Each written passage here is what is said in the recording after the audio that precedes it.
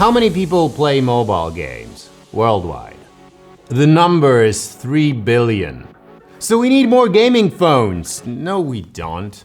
You can play Candy Crush Saga on literally every smartphone.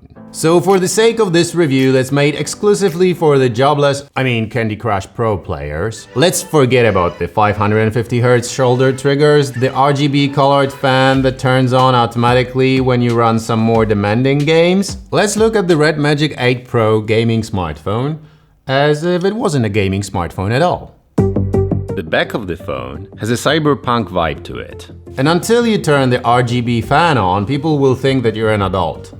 Cool, but over 13. What's not cool is the fact that this glass gets covered with fingerprints almost instantly. So if you really want to look cool, you have to carry a cloth with you or use a t-shirt to make the back of your phone clean again, and that doesn't make you look cool, so it's a vicious circle. Now, the front of the phone, the screen because it's all about the screen here. It looks nice. Small bezels, no punch hole or notch because the camera is hidden under the screen. It's gonna take terrible selfies, am I right? We'll get to it. Knew it. The refresh rate is 120 Hz. You can see the number on the screen here, in case you want to argue with anybody that says, it's not 120. Yes, it is. No, it's not. Yes, it is. It says here that it is. In reality, though, no one's gonna argue about it because the screen feels smooth enough. And the speakers can get quite loud for a smartphone. They don't offer the best audio quality, but they are loud.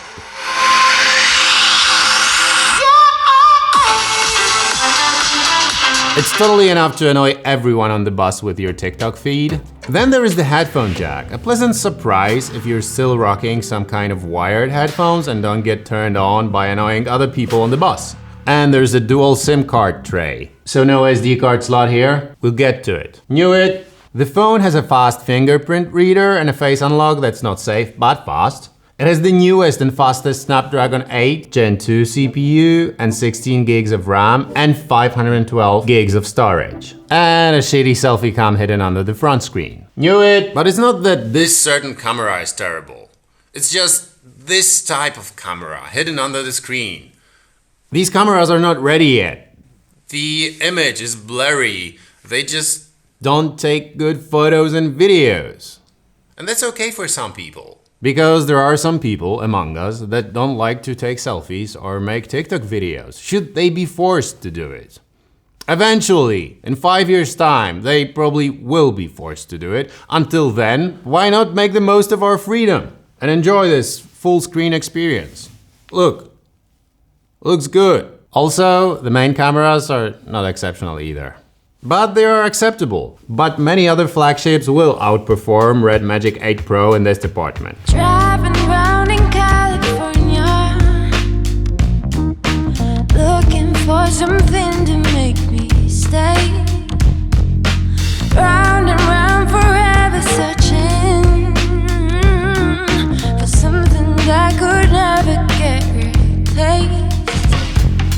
Don't need you to save me. This phone is not only big, but is also heavy. And it's partly due to the battery. 6000 milliamp hours, that's a lot. And there's a quite fast charger in the box. 65 watts charging is 3 times faster than an iPhone charging speed. Meaning you get a full charge after like 43 minutes and plug this in for 15 minutes and you get hours of juice. Until you start gaming, of course, but this is not a gaming review. And having said that, it's a shame that this gaming button cannot be assigned to anything else than opening the Game Space Center, because it could be useful.